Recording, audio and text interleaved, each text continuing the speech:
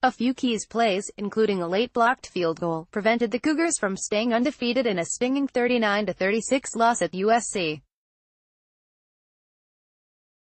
Los Angeles. There wasn't much that could have been said to sweeten the situation, or alleviate the pain Washington State players felt after watching a 13-point lead wither away Friday night at the Coliseum.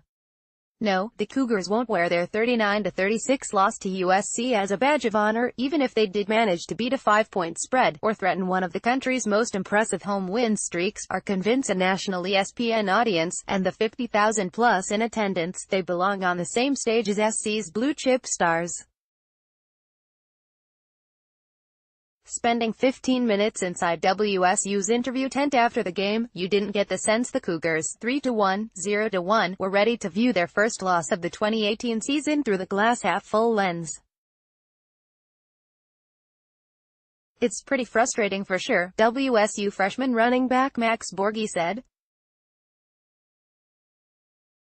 "It was a good game overall, but at the end of the day, just little plays on every side of the ball that could have changed the game." Yes, a long trail of what-ifs and could-have-beens followed the Cougars back home to the Palouse after they squandered an opportunity to beat USC in consecutive years for the first time in program history and wasted a chance to open with a 4-0 record for the second straight year, something that hasn't happened in Pullman since the early 1900s.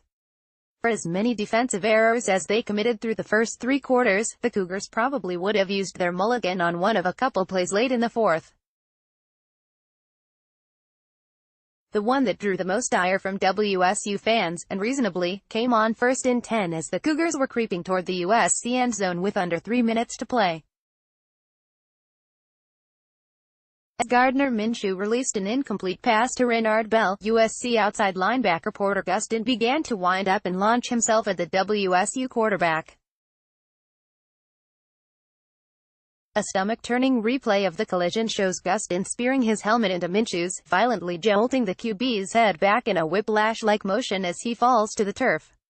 Officials missed it. Gustin escaped his second targeting ejection in 2 weeks, and the Cougars lost out on a precious opportunity to advance the ball 15 yards.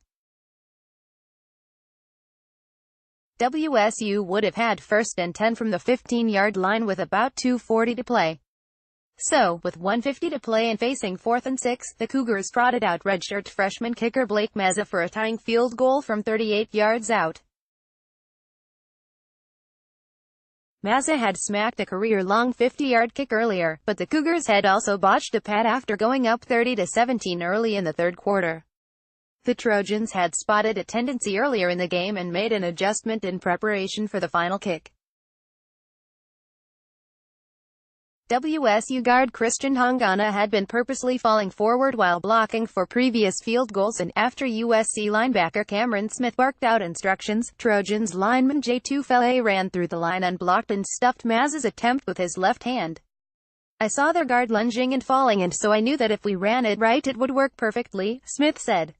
"It was one of those things we practice and planned, and it worked our way." The what-ifs and could-have-beens turn into coachable moments this week as the Cougars play against 2-1 Utah this Saturday at Martin Stadium.